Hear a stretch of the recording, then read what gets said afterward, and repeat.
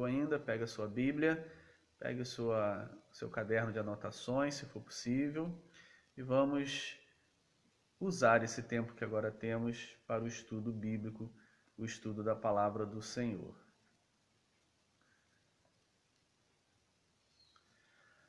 Vamos ao nosso estudo bíblico. Primeira carta a Timóteo, capítulo 5, do verso 17 ao verso 25.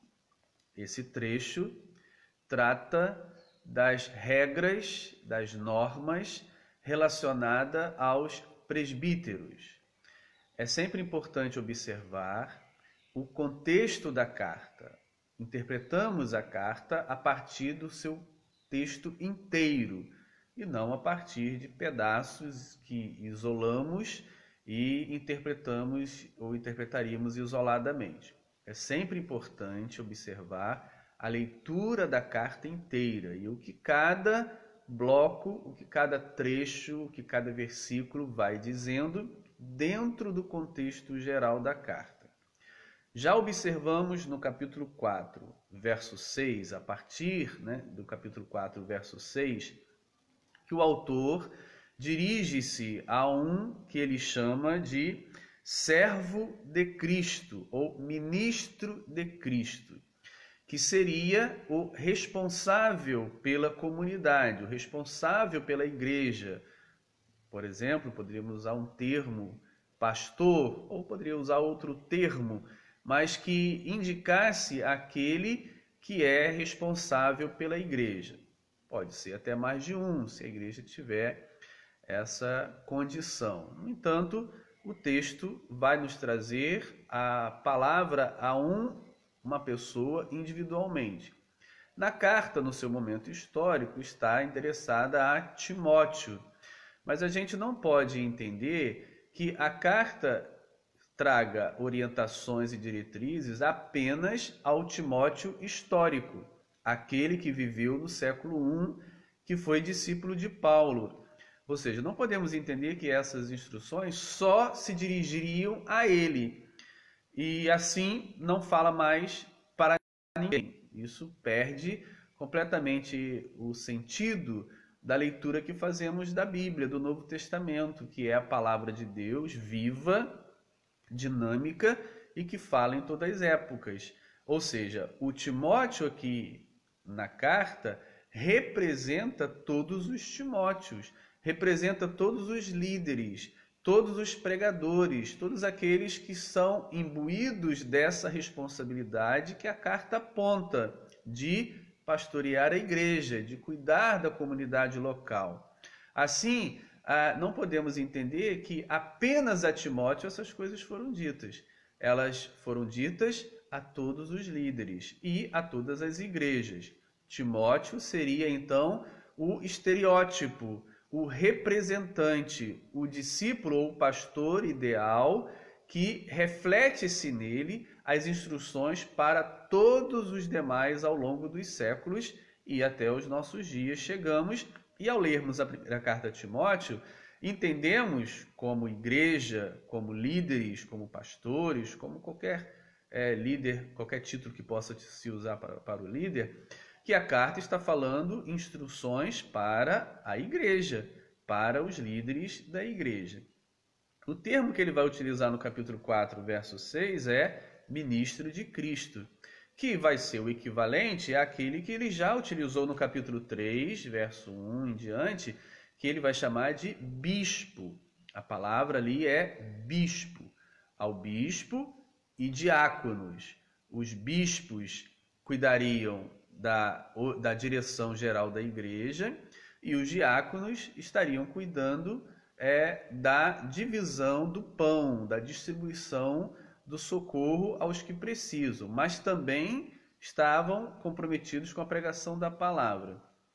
Agora, no capítulo 4, verso 6, ele aponta especificamente a esta pessoa que ele chama de ministro de Cristo, ou pastor da igreja, o responsável pela comunidade local. E a partir do capítulo 4, verso 6, ele vai dando instruções a esse responsável pela comunidade como lidar com as várias categorias existentes na igreja. Então, nós já vimos, primeiro, as orientações ao próprio ministro de Cristo, como ele deve proceder, como ele deve viver, quais são as funções dele, ou seja, o anúncio e a pregação e ensino da palavra, e o pastoreamento, a partir do seu exemplo, da sua própria vida, como modelo para o rebanho. No capítulo 5, verso 1 em diante, ele vai falar das outras categorias dentro da igreja, como esse ministro de Cristo, o responsável pela comunidade local, vai lidar na repreensão, na correção dos homens idosos, das mulheres idosas, dos jovens, homens jovens e das moças, das mulheres jovens. Então, os versos 1 e 2, como esse ministro de Cristo deve se relacionar pastoreando, exortando e cuidando cada uma dessas categorias etárias: homem e mulher, idosos e jovens. A partir do verso 2 do capítulo 5, ele vai abordar uma categoria específica, que é das viúvas. Não qualquer viúva, mas aquelas viúvas que não tinham familiares que cuidassem delas. As viúvas completamente abandonadas. As viúvas que tinham seus filhos e seus familiares, estes deveriam cuidar delas. Quando não houvesse, então a igreja assumiria o cuidado desta categoria, que vai ser chamada aqui das viúvas completamente abandonadas. Agora no verso 17, capítulo 5, verso 17, que é o nosso trecho de agora, ele vai falar de uma outra categoria. Mas a quem ele está falando? Ele está falando ao ministro de Cristo. Ele está falando ao responsável pela igreja local. Como ele vai conduzir todas essas categorias, como vai ser o procedimento dentro da igreja com esses grupos. E agora ele vai destacar um grupo entre os outros, que ele vai chamar aqui de presbíteros. Então é muito interessante a gente observar quais são as normas que vai ser estabelecida a partir do verso 17 até o verso 25, estabelecida ao responsável da igreja, como lidar com os presbíteros. A gente vai observar que os presbíteros aqui é uma designação para um grupo de pessoas idosas, de anciãos, de pessoas idôneas, que vão trabalhar na igreja numa liderança às vezes colegiada, mas que o responsável pela igreja, o ministro de Cristo no verso 6, é a ele que é instruído, e a toda a igreja por extensão, como lidar com esse grupo. Então é importante não perder de vista que a carta está dando instruções primariamente ao responsável pela comunidade. A este cabe lidar com os presbíteros, como vai ser apontado aqui. Quais são as três orientações que está sendo dada ao responsável pela comunidade na relação com os presbíteros? A primeira é a valorização desses presbíteros, o louvor e a honra que eles devem receber. O segundo conjunto de normas vai tratar da disciplina, quando esses ou algum desses cometerem alguma transgressão, alguma falha, como lidar, como que o responsável pela comunidade vai tratar da disciplina desse presbítero faltoso. E a terceira norma é como esse responsável pela comunidade vai conduzir a eleição para dos novos candidatos ao presbitério. Então nós temos, nos versos 17 a 18, fala-se sobre como as normas para o tratamento do presbítero digno de louvor. Versos 17 e 18. Nos versos 19 ao 21, nós vamos observar as normas para a disciplina do presbítero faltoso. E os versos 22, 24 e 25, para a eleição, a sugestão para novos candidatos ao presbitério. O verso 23 faz um intermédio aí. É um verso 23 que trata, a princípio, de uma questão pessoal, particular do presbítero, mas a gente vai compreender também dentro do contexto e fora do contexto. O verso 23 ele fica como se uma palavra epistolar, isolada, parece isolada, mas não está isolada, do sentido e do tema que está sendo abordado. A gente vai analisar o verso 23 no final. Então, essas três são as partes desse bloco que vai do capítulo 5, 17 até o verso 25. Verso 17 e 18, tratamento para os presbíteros dignos de louvor. Versos 19 e 21, normas para a disciplina do presbítero faltoso, aquele que cometeu alguma transgressão. E os versos 22, 24 e 25, as normas para a eleição, para a escolha dos novos candidatos ao presbitério. Bem, então vamos começar com a primeira parte. Quais são as normas, como lidar com os presbíteros em relação ao trabalho que eles executam? A gente vai repetir, eu vou repetir várias vezes para que fique claro. Essas normas estão sendo dadas a princípio para o ministro de Cristo, o responsável pela comunidade local.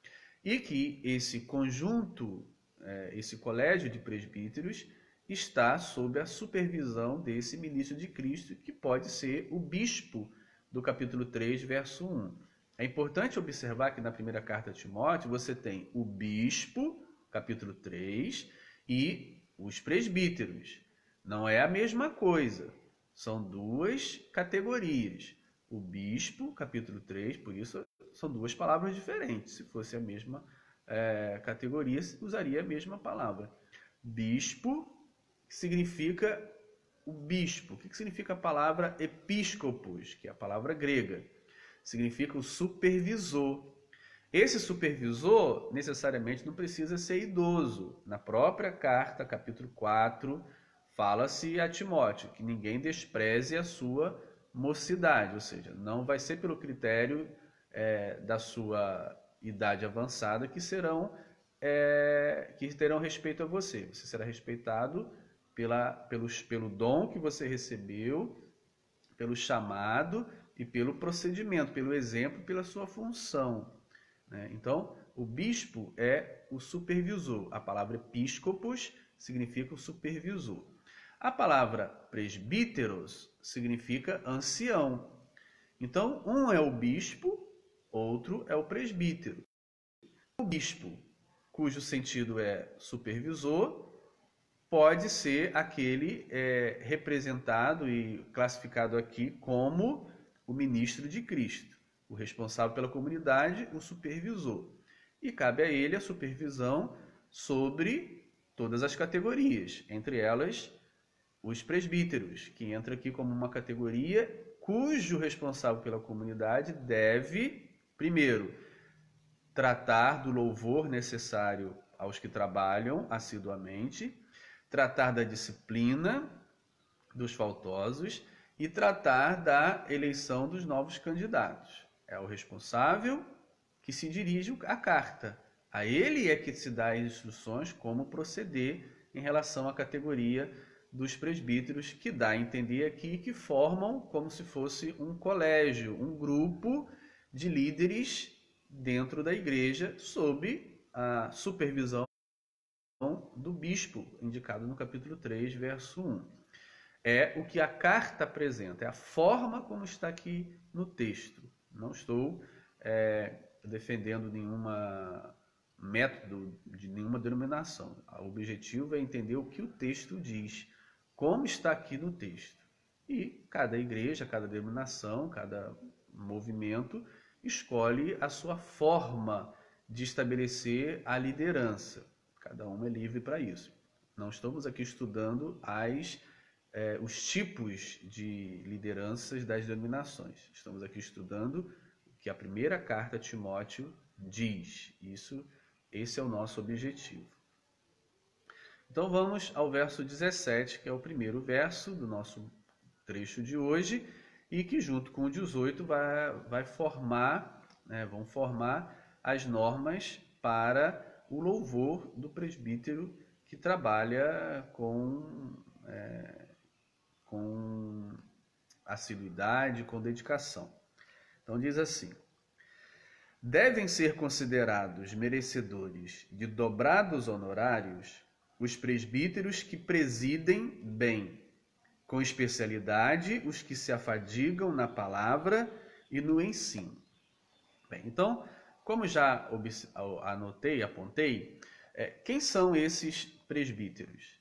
São provavelmente anciãos, né? A palavra presbítero aponta para pessoas de uma idade, na época, pelo menos com mais de 50 anos, né? A partir de 50 anos, e que vão exercer uma função de liderança na igreja, vão presidir. A palavra presidir aponta para uma presidência, para uma administração, para uma liderança.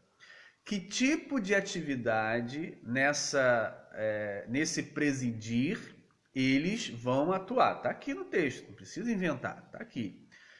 As funções nessa presidência se dá pela palavra e pelo ensino. Palavra aqui vai indicar a pregação, o anúncio, a evangelização nesse sentido, a função do pregador. E o ensino vai apontar para a função do mestre, do estudo bíblico. Então, numa linguagem mais atual, na igreja evangélica, por exemplo, poderíamos dizer que é a pregação e o estudo bíblico. Então, esses presbíteros têm uma ação, uma atividade de pregação e de estudo bíblico. No entanto, há a questão quando esses ou um desses presbíteros responsáveis na comunidade de liderá-las no ensino e na pregação, quando eles fazem isso, fora do seu horário vago. Ou seja, quando eles fazem isso de forma dedicada, de forma atuante ao longo do dia. Ou seja, se eles têm uma atividade econômica da onde tiram a sua renda, da onde vivem, bem, então eles vão fazer na hora vaga, na hora que sobrar. Mas e no caso deles utilizarem a hora produtiva, a hora de trabalho? Como que a igreja vai lidar com essa situação de pessoas, dos presbíteros, que se dedicam ao ensino da palavra na hora produtiva, não na hora vaga, não naquele dia do feriado, naquele dia do descanso, que não faz nada. Não, aqui está falando de dedicação no sentido de utilizar o tempo produtivo de trabalho. Então, o que é dito a eles? Devem ser considerados merecedores de dobrados honorários.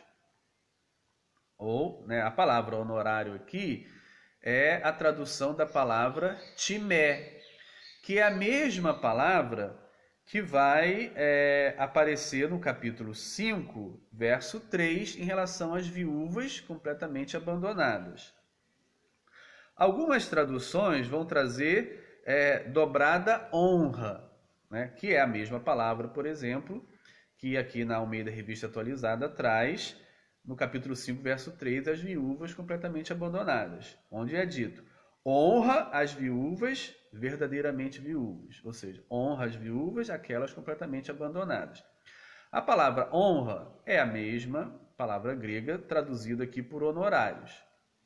O que significa então timé? Bem, expliquei quando tratei o capítulo 5, verso 3, que timé é honra, mas também é honorário, ou seja, timé tem o sentido de honrar a pessoa. E como que era entendido honrar lá no primeiro século, naquela cultura grega, helenística, até mesmo judaica, romana? Como se entendia honrar? Honrar sempre tinha relação com valores econômicos, com dinheiro, com prêmio financeiro.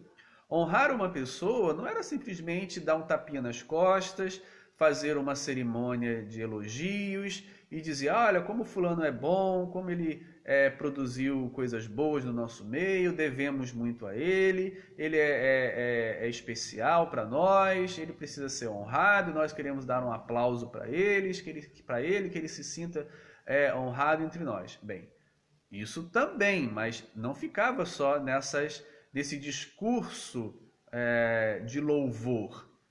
Também acompanhava-se a um prêmio econômico, ou seja, se uma pessoa era realmente louvável e importante, ela não poderia ficar abandonada sem recursos para ela viver dignamente.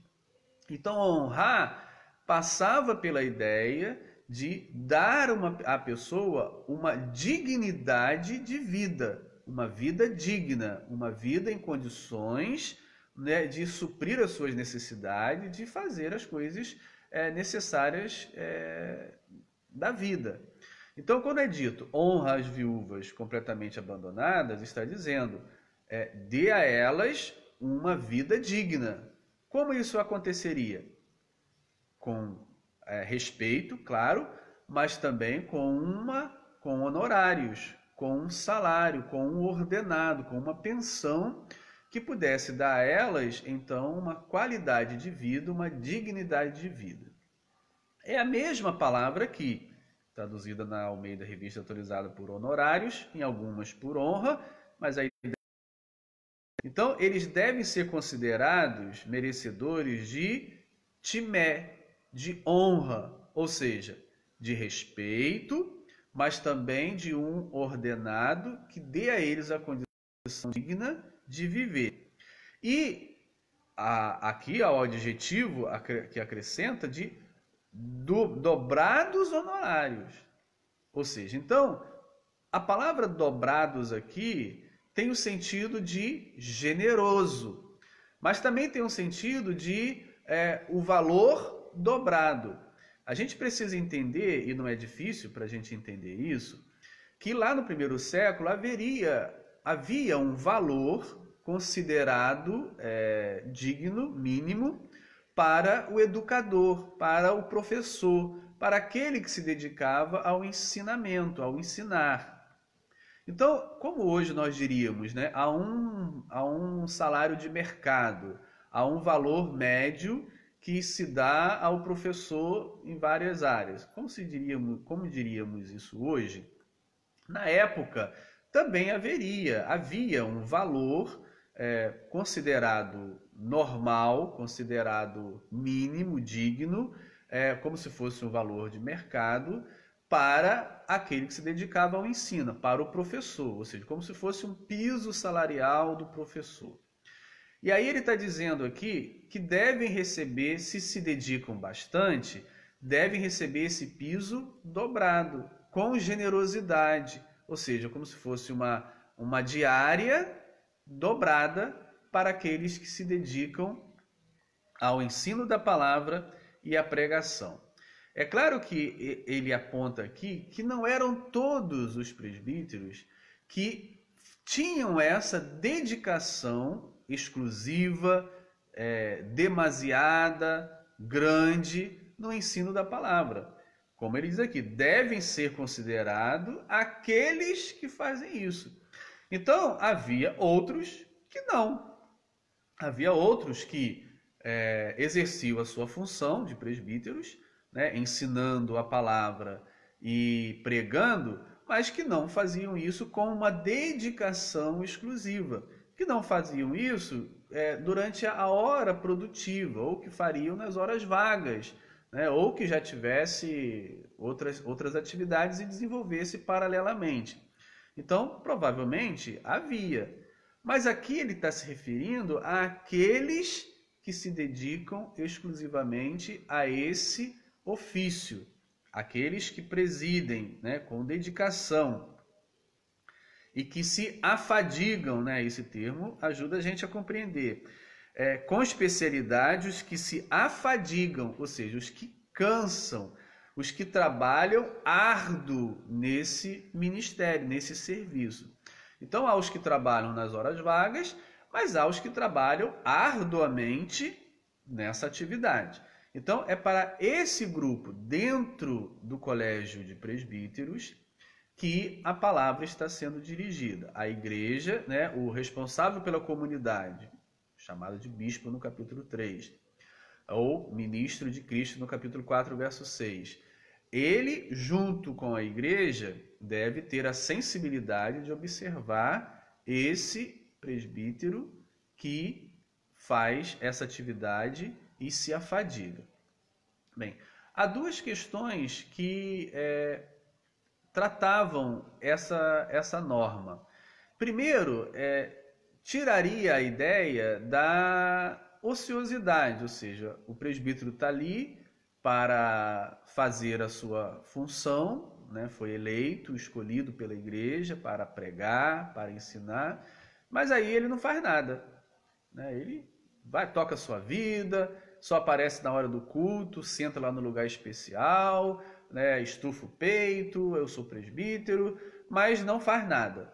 Bem, então esse não vai ser considerado com honra dobrada.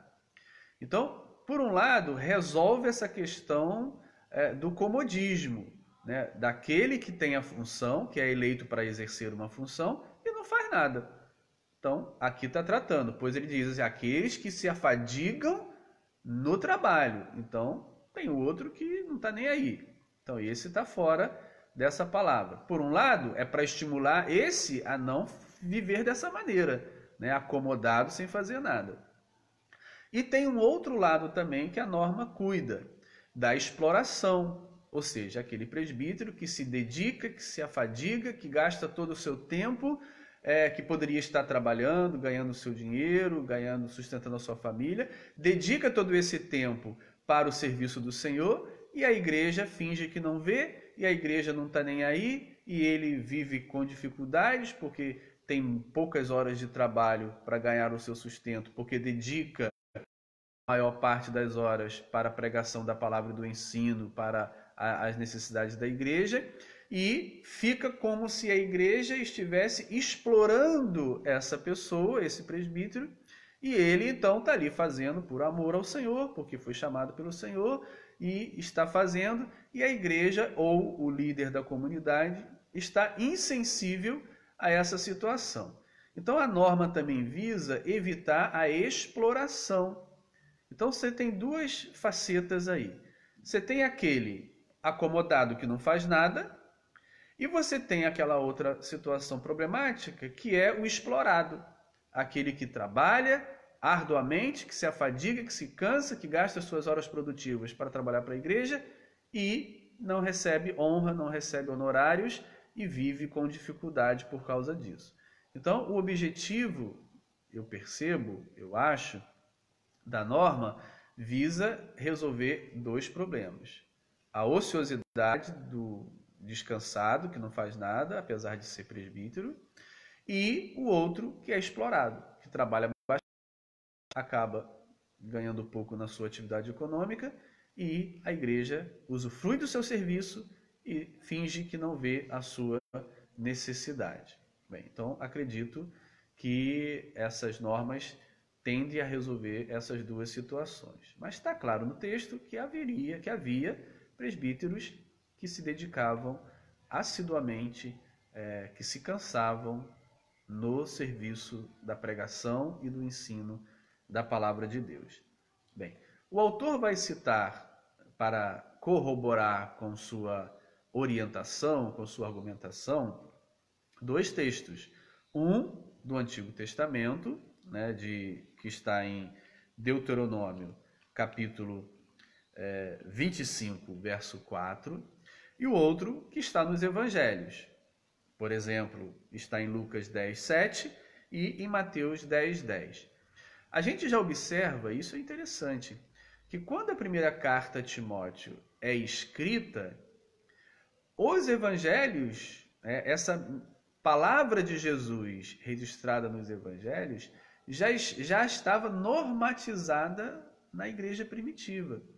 Por isso, uma das razões, a gente entende que a primeira carta a Timóteo é escrita no final do século I, em que essas palavras de Jesus já estão normatizadas, estabelecidas, fundamentadas, como concretas na vida das igrejas primitivas, já consideradas e tratadas como palavra de Deus no mesmo nível do Antigo Testamento, ou seja, como sendo escritura, como sendo palavra sagrada de Deus, tanto aquelas que saíram da boca de Jesus, quanto aquelas que estão no Antigo Testamento, nesse momento da história, provavelmente final do século I, já são consideradas palavra de Deus e oficializada. Bem, esse trecho de Deuteronômio 25, verso 4, foi citado por Paulo na primeira carta aos Coríntios, capítulo 9. Entre os versos 9 e 11, lá no capítulo 9 de 1 Coríntios, ele argumenta a respeito do pregador, do profeta, do missionário, que se dedica à palavra, que se dedica ao evangelho e que precisa ser remunerado. Então, ele lá em 1 Coríntios capítulo 9, verso 9 ao 11, Paulo utiliza esse trecho de Deuteronômio 25, 4 para argumentar essa situação. E lá em 1 Coríntios 9, ele até fala de que Deus não está preocupado com bois, né, e sim com pessoas. Ou seja, então ele faz até uma leitura não literal do texto. Ele faz uma leitura simbólica. O boi representa o ser humano. A preocupação com o alimento do boi que debulha com o ser humano. Ou seja, ele não faz uma leitura literal, ao pé da letra, mas ele faz uma interpretação simbólica de Deuteronômio 25, verso 4.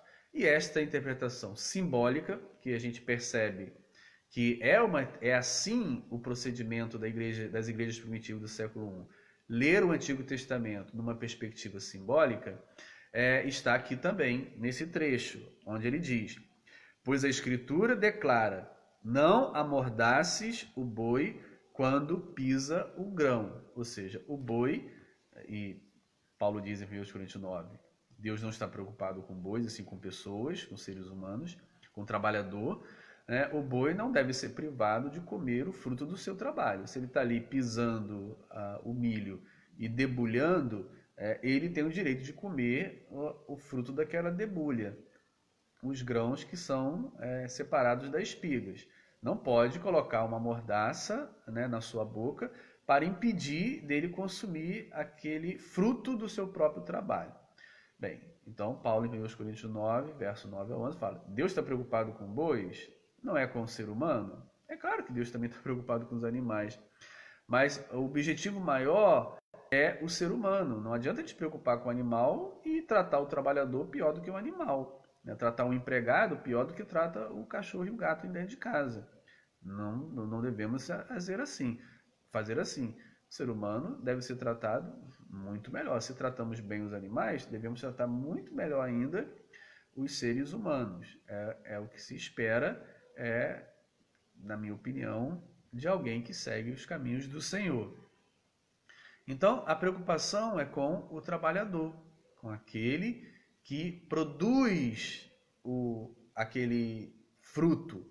Ele não deve ser vedado a consumir aquele fruto. Ou seja, se ele produz, como é que pode uma pessoa constrói um carro, participa da construção de um carro, da fabricação de um carro, e não tem um salário capaz de comprar o carro? Né? Como pode alguém ser remunerado para construir uma casa e não tem condições de comprar a casa? Como pode alguém plantar um determinado alimento e depois não ter dinheiro para comprar o próprio alimento que plantou? Né? Ou seja, quem está roubando o trabalho dele e não dando a ele a condição de usufruir do seu trabalho? É isso que o texto está preocupado. É assim que Deus ordena. Aquele que trabalha deve ter o direito de consumir o fruto do seu trabalho. Assim, o boi que debulha deve ter a boca livre para consumir o milho debulhado por ele. Bem, ele está falando de pessoas. Assim, o trabalhador, aquele que trabalha, deve ter o direito de viver e de viver dignamente. Aí ele cita né, dentro do verso 18, e ainda, e aí essa citação é de Jesus, o trabalhador é digno do seu salário. Tá, Lucas capítulo 10, verso 7, Mateus 10, verso 10. Embora a palavra que o autor da primeira carta a Timóteo utiliza a palavra grega é mistos, que é a mesma palavra que Lucas utiliza no capítulo 10, verso 7 do seu evangelho. Mistos, que é a palavra salário. Mateus, no capítulo 10, verso 10, vai usar a palavra grega trofé. É uma outra palavra. Então, como eu já disse anteriormente, a primeira carta a Timóteo comunica bastante, dialoga bastante com o evangelho de Lucas. Até mesmo a mesma palavra que está lá em Lucas, mistos, é citada aqui em 1 Timóteo, mistos, e não a que está em Mateus, que é trofé. Trofé teria um sentido mais amplo, poderia significar comida, o alimento, o pão, e também tinha um sentido específico utilizado para trofé, que seria o salário do professor, o salário daquele que ensina, do educador. Era uma palavra específica também usada para, não qualquer salário de qualquer trabalhador, mas o salário do professor. Mas aqui na primeira carta a Timóteo, a palavra mistos, é digno do seu salário. Todos que trabalham devem receber o salário pelo seu trabalho.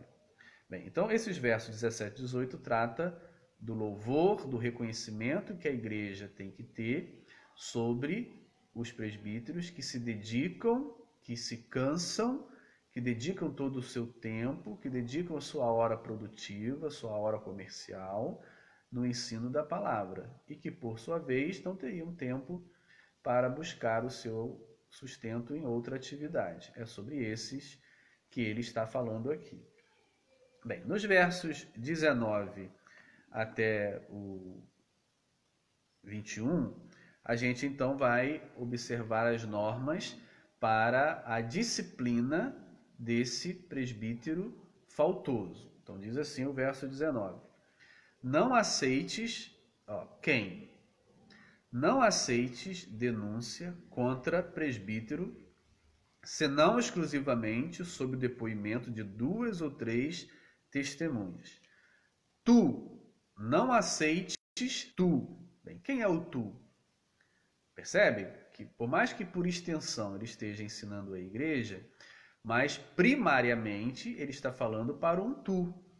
Quem é esse tu? Esse tu é o servo de Cristo, o ministro de Cristo em 4:6, ou o bispo em 3:1. É o responsável pela comunidade. É a ele que vai conduzir o processo de disciplina do presbítero faltoso. Então a gente percebe que há um responsável acima do presbitério, segundo a gente lê aqui nesse trecho. E esse é o responsável em aceitar as denúncias, de conduzir o processo contra o presbítero faltoso. Então ele diz: não aceites, ou seja, tu, o responsável pela comunidade, não aceites denúncia contra o presbítero, senão exclusivamente sob o depoimento de 2 ou 3 testemunhas. Bem, qual é o objetivo? O objetivo é evitar que certas pessoas, profissionais, próprias, que fazem isso com naturalidade, inventam denúncias sobre as pessoas. Pode parecer algo estranho para os nossos dias, mas lá na época dos gregos, dos romanos, havia pessoas que praticavam isso quase como profissão. Havia pessoas que se dedicavam a fazer denúncias falsas contra outras pessoas.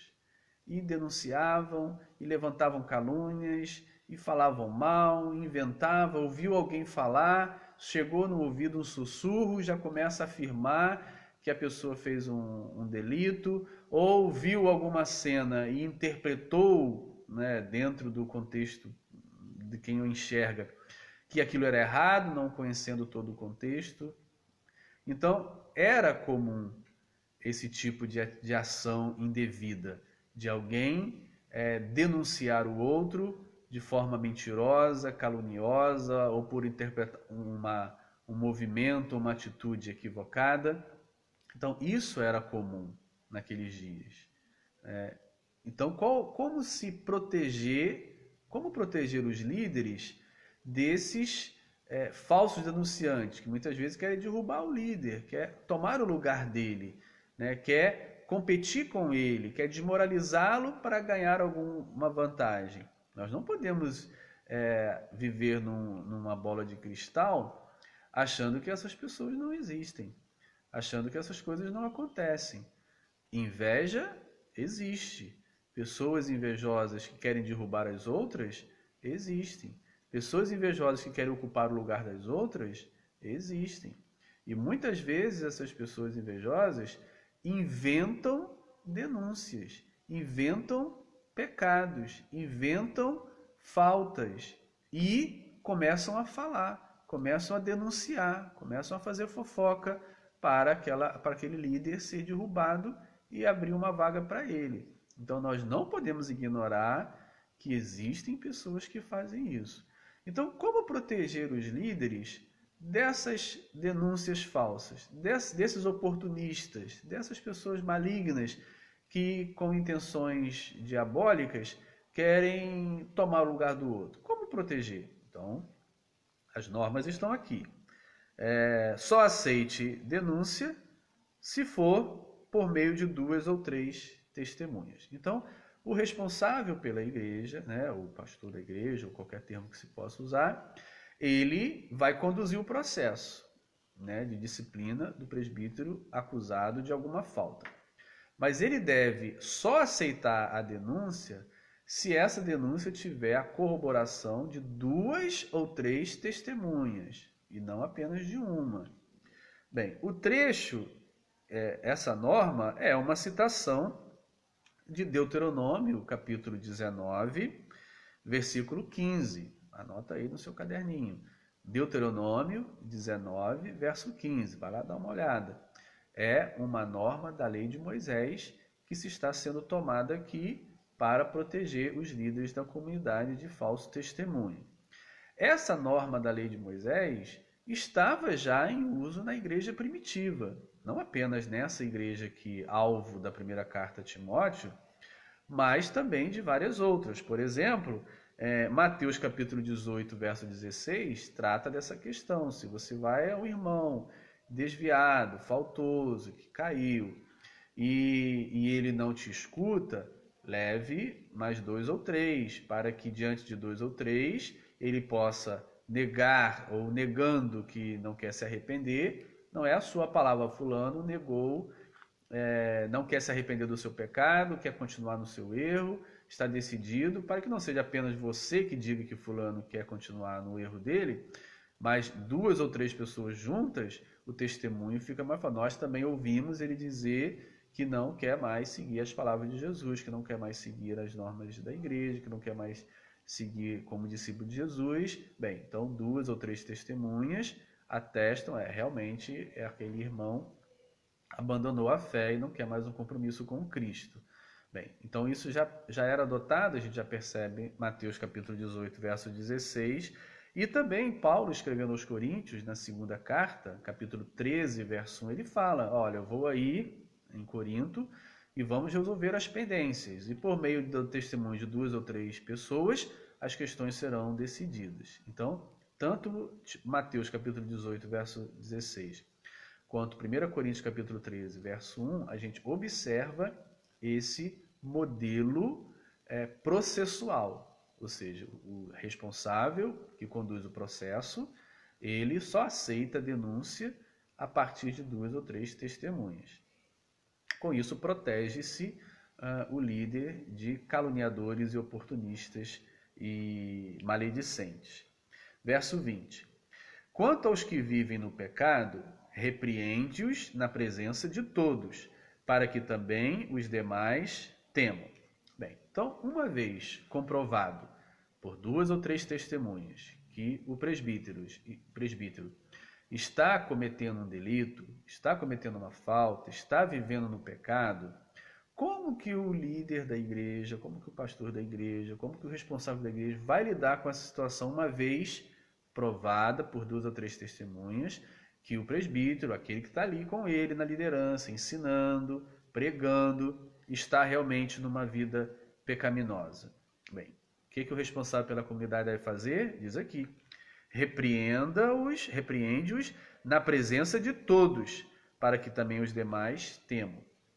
Na presença de todos, pode ser na presença de todos os presbíteros, ou seja, na presença dos demais presbíteros, ele deve ser repreendido para que os demais presbíteros temam e não se deixe levar pelo pecado. Pode também ser diante de toda a igreja, o que eu acho que é mais improvável, mas pode ser que seja diante de toda a igreja, para que todos temam e para que fique claro a imparcialidade do ministro, do pastor, do responsável pela comunidade.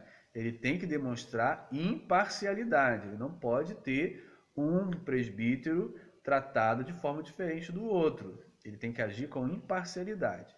Então, a repreensão desse presbítero faltoso, já esclarecido por 2 ou 3 testemunhas a sua falta, deve ser pública, ou pelo menos diante dos demais presbíteros. Se não tem um colégio de presbíteros, diante da igreja. Bem, então ele continua dizendo, verso 21, conjuro-te perante Deus e Cristo Jesus, e os anjos eleitos, que guardes estes conselhos, sem prevenção, nada fazendo com parcialidade. Então, a gente observa que a preocupação, né, que o pastor da igreja deve ter ao lidar com a disciplina, aqui especificamente dos presbíteros, está sendo tratado, né, do seu colégio de líderes com ele, que tem a responsabilidade de ensinar e pregar na igreja. Que ele deve ser imparcial. E veja o tom de ameaça. Diante de Deus, a sua ação, a sua atitude, o procedimento, a forma como você vai conduzir o processo está sendo feito diante de Deus e diante dos anjos. Ou seja, cuidado para não cometer erros nesse processo. Cuidado para não ser parcial, não tratar com diferença, né? Não proteger um em detrimento de outro, não ter um preferido, né? Deve ser tratado com imparcialidade, com dignidade. Então essa é uma preocupação que está sendo dada ao responsável pela comunidade, ao pastor da igreja, ao ministro de Cristo. Ele deve conduzir todos os processos de disciplina com imparcialidade, sem proteger A ou B. Todos são iguais, todos devem ser tratados com igualdade. E aí ele fala aqui, né? Conjuro-te perante Deus e Cristo, ou seja, coloco você diante de Deus e Cristo para que tudo seja feito com clareza e Deus está vendo, os anjos estão vendo. É um tribunal diante de Deus e diante dos anjos. Bem, o verso 22, ele continua essas orientações. Agora, no verso 22, ou melhor, vamos passar para a terceira orientação, que é como escolher o candidato ao presbitério. Então, nós vimos a valorização dos presbíteros que se dedicam ao ensino e à pregação de forma integral, a orientação sobre os presbíteros faltosos, como tratar aqueles que caem em pecado, e agora, a partir do verso 22, como fazer para escolher novos presbíteros, para lidar com os candidatos. Então, o verso 22 começa a essas normas. Então, ele vai dizer: a ninguém imponhas precipitadamente as mãos. Não te torne cúmplice de pecados de outrem. Conserva-te a ti mesmo puro. Bem, a quem ele está falando? Não está claro que ele está falando para o responsável da comunidade? A ninguém imponhas. Quem? Quem é o responsável em impor as mãos? Ou seja, a expressão ou o rito impor as mãos é a eleição, é a ratificação do candidato, é o momento da posse do candidato à função, é a consagração do candidato ao exercício da função. A quem ele está dizendo? primariamente ao responsável pela comunidade, por extensão à igreja. Mas ao responsável pela comunidade, ele diz: não imponhas precipitadamente as mãos. Ou seja, não seja precipitado na escolha do novo presbítero. Não escolha de qualquer maneira. Não escolha rapidinho. Não faça assim, não decida hoje e consagre ele amanhã. Exige-se do responsável pela comunidade um tempo de observação, um tempo de teste. Ele precisa estar certo de que aquele candidato tem os dons, os talentos, as condições para o exercício daquela função. E não que os defeitos dele não atrapalhem o exercício da sua função. Como saber isso? Como saber isso de alguém que você conheceu ontem ou está lidando há pouco tempo? Então ele sugere que se faça como um teste, né? Que se faça uma observação por um determinado tempo. Não imponhas as mãos precipitadamente, ou seja, não consagre precipitadamente aquela pessoa. Observe, faça testes, coloque ele em provação para saber se realmente é digno. Por quê? Aí ele vai dizer, orientando: não te tornes cúmplice de pecados de outrem. Ou seja, ele está falando para o responsável da comunidade que se ele consagrar alguém sem condições, inapropriado ou com pecados que o prejudicam no exercício da função, ele é responsável também, ele é cúmplice. Então veja a responsabilidade aqui do ministro de Cristo, do responsável pela igreja na escolha dos presbíteros. Se ele escolher errado, ele é responsável. Por isso, adverte-se que ele não seja precipitado, que ele cuide de testar e observar com bastante atenção para não ser cúmplice do pecado de outro. E aí ele diz: conserva-te a ti, está falando para alguém, né? Para uma pessoa, para o responsável pela comunidade. Conserve-te a ti mesmo puro, ou seja, íntegro, inteiro. Bem, aí o verso 23 pode estar tentando resolver um problema que a expressão última do 22 poderia criar. Quando ele diz: conserva-te a ti mesmo íntegro, puro, poderia-se entender o que dessa pureza? O que é ser puro? Bem, poderiam entender que ser puro significaria não beber vinho. E aí ele vai falar agora no 23. Por que poderia se entender que ser puro é uma pessoa que não bebe vinho? Porque lá no capítulo 4, verso 3 a 5, ele já apontou que falsos profetas, falsos ensinadores estavam exortando as pessoas, a igreja, a privarem-se do casamento e privarem-se de alimentos. Ou seja, em nome de uma pureza, de um asceticismo, de uma integridade, para se manter puro, então não case. Ou não coma, não consuma, não beba certos alimentos. Então pode ser que o verso 23 esteja esclarecendo o que é ser puro, o que é ser íntegro, ou o que não é ser puro. Que o fato de não beber vinho não significa que a pessoa seja pura. Já na advertência aos bispos e diáconos, capítulo 3, ele já disse que não seja dado a muito vinho, que não seja um alcoólatra, que não seja um beberrão. Não significa que não possa beber, mas que tenha controle e não seja um beberrão. Está lá no capítulo 3. Agora, ele está dizendo ao ministro de Cristo, ao responsável pela igreja, no verso 23, a seguinte orientação: não continues a beber somente água. Usa um pouco de vinho por causa do teu estômago e das tuas frequentes enfermidades. Então, pode ser, né, que esse Timóteo histórico ou que outros líderes da época evitassem tomar vinho para ter uma postura pura e íntegra diante da comunidade. Poderiam se interpretar como lá no Antigo Testamento, né, o nazireu, né, o dedicado ao Senhor, que não bebia nenhum tipo de bebida fermentada ou destilada. Poderia se utilizar lá aquele texto de número 6:9, se eu não estou enganado, para o responsável pela igreja. Então ele está dizendo aqui que não é isso. Ser íntegro, ser puro, não significa que não se beba vinho. Pelo contrário, aí ele vai dar uma orientação terapêutica.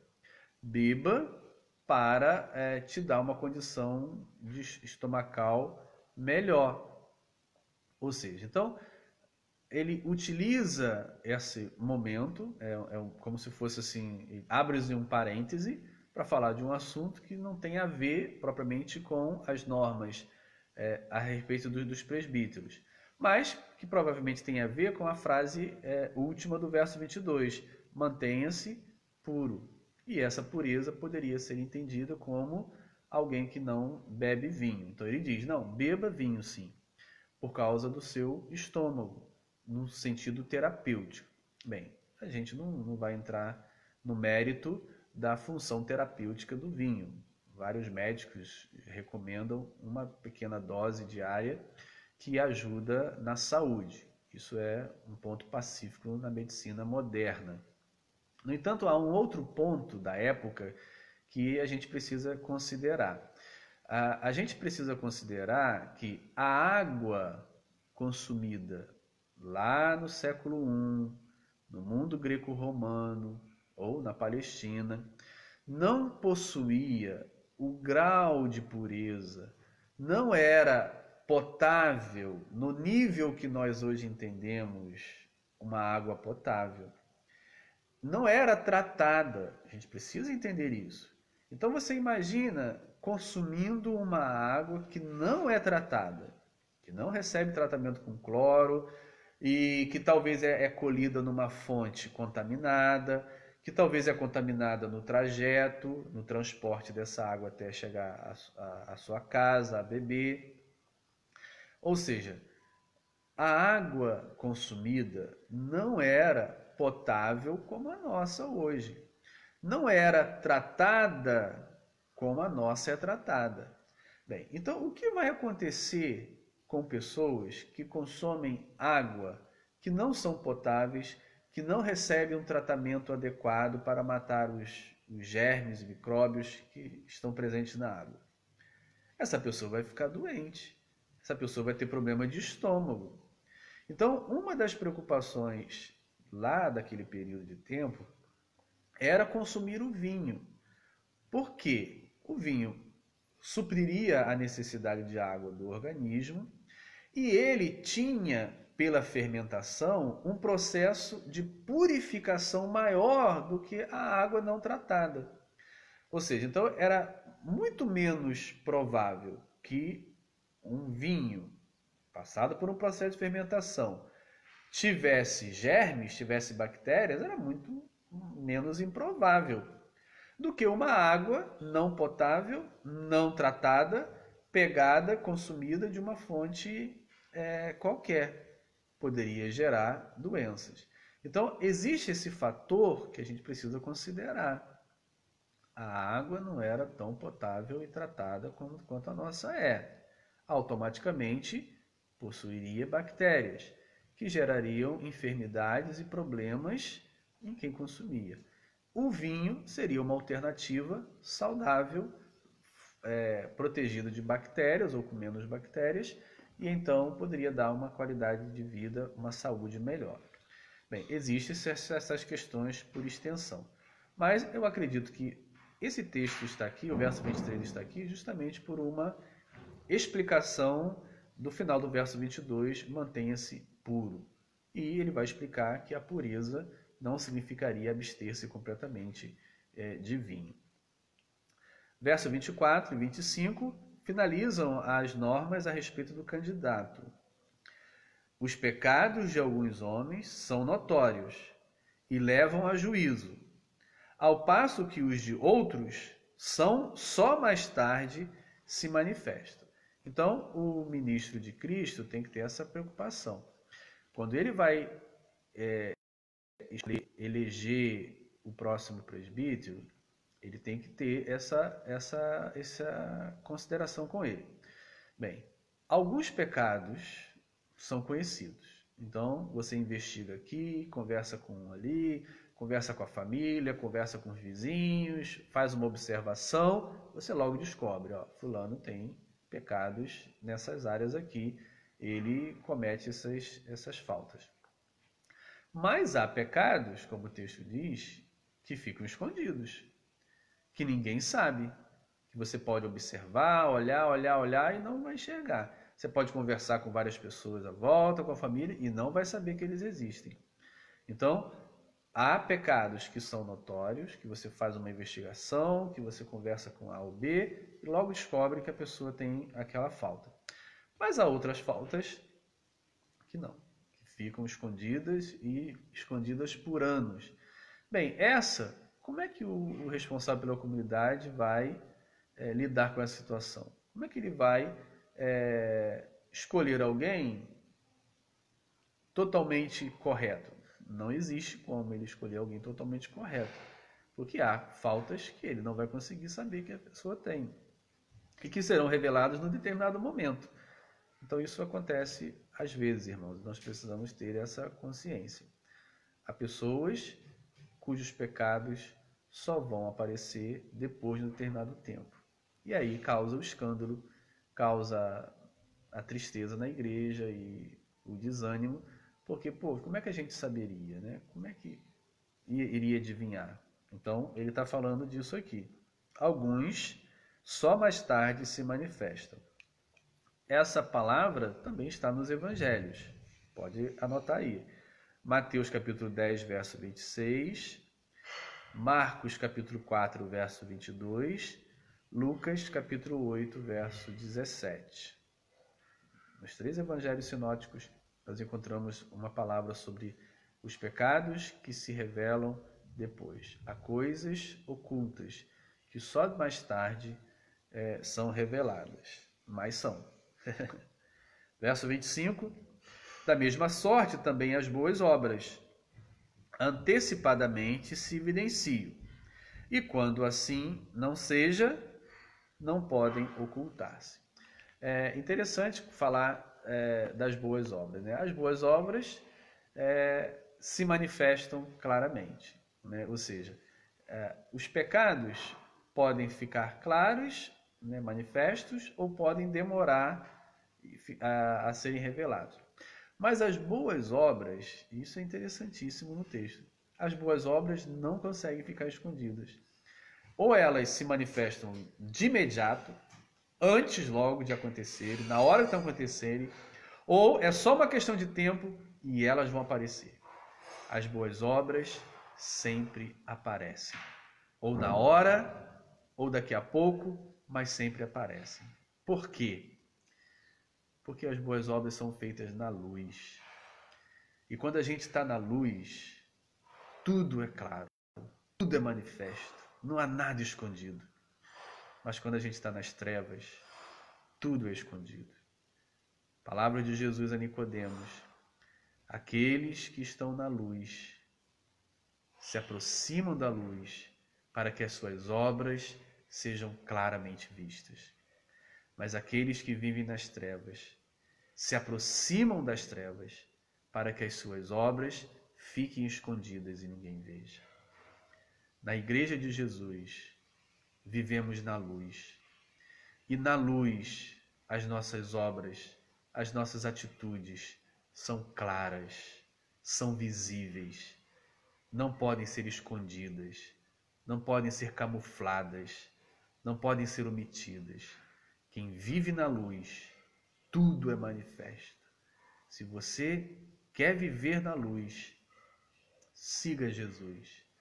Se você seguir a Jesus, você vai viver na luz. E tudo o que você fizer, sejam os pecados, sejam as boas obras, ficarão manifestos. Mas sem Jesus, nas trevas, ali sim há segredos, há coisas escondidas, tenebrosas, que você não quer que ninguém saiba. No caminho de Jesus, o caminho é de luz.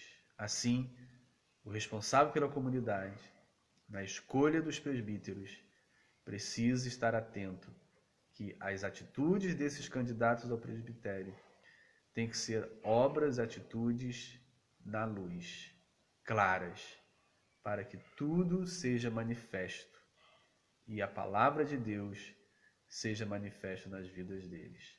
Assim, nesse trecho de hoje, temos orientação para o responsável da comunidade no tratar, no recompensar os presbíteros que se dedicam à palavra, na disciplina aos presbíteros faltosos e na escolha dos candidatos ao presbitério.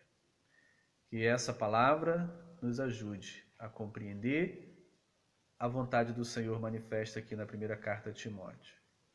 Reconheço que ao longo dos séculos o modelo de liderança das igrejas sofre alterações, sofrem adequações e cada um grupo, cada uma denominação escolhe uma maneira de estabelecer a organização da liderança da sua igreja, da sua denominação. Isso é algo que temos que respeitar. Cada um vai ler outros textos e vão interpretar a partir de outros textos. Não é o meu objetivo estabelecer uma norma. Tem que ser dessa maneira. Não é. O meu objetivo é interpretar o que está escrito aqui. E ao interpretar o que está escrito aqui, a gente entende como que essa comunidade que recebe a primeira carta a Timóteo, ou que é liderada por líderes que seguem a orientação da primeira carta a Timóteo, como eles procediam, como eles organizavam a liderança das suas igrejas, das suas comunidades. Tá ok? Que Deus nos abençoe e nos ajude. Amém. Queridos irmãos, estamos